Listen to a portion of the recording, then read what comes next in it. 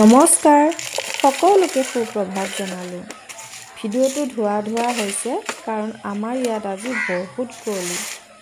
ফুলৰ কাম কৰি মই বহুত ভাল পাওঁ। আজি ভাবিলোঁ এডাল ফুল টাবত ৰুই দিওঁ বুলি, সেয়েহে কামত লাগি গ'লোঁ। প্ৰথমতে টাবত গোটাই থোৱা শুকান গছৰ পাতখিনি দি দিলোঁ। তাৰ পিছত শুকান গোবৰ আৰু মাটি মিহলাই থোৱা মিশ্ৰণখিনি দি দিলোঁ। এনেদৰে ধুনীয়াকৈ মিহলাই দিলোঁ।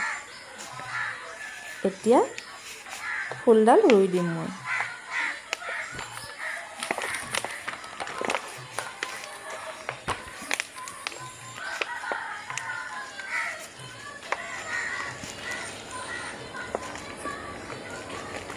অকণমান কমাই ল'ম টাবটোত মাটিখিনি।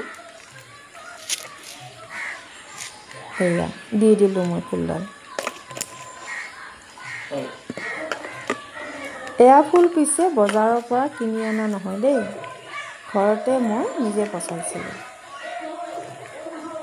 ফুল ইমান ভাল পাওঁ যে যিমান গা বেয়া হ'লেও মন বেয়া হ'লেও ফুলৰ কাম কৰি দিলে চব পাহৰি যাওঁ। কেনেকুৱা লাগিছে ফুলজোপা জনাবচোন, আৰু মোৰ ৰোৱা পদ্ধতি সঠিক হৈছেনে নাই জনাব নাপাহৰিব। এনেদৰে মাটিখিনি দি দিলোঁ ছাইডৰ পিনে অলপ অলপ।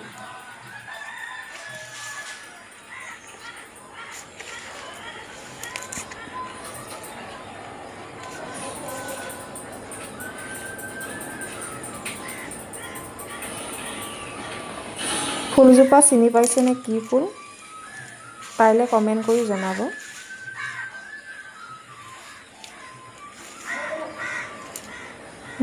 হৈ গ'ল মোৰ মাটি দিয়া।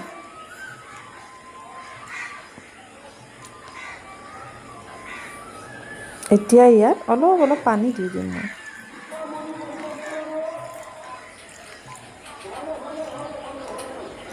ভিডিঅ'টি যদি ভাল লাগিছে প্লিজ কমেণ্ট এটা কৰি দিব। আজিলৈ বাই বাই।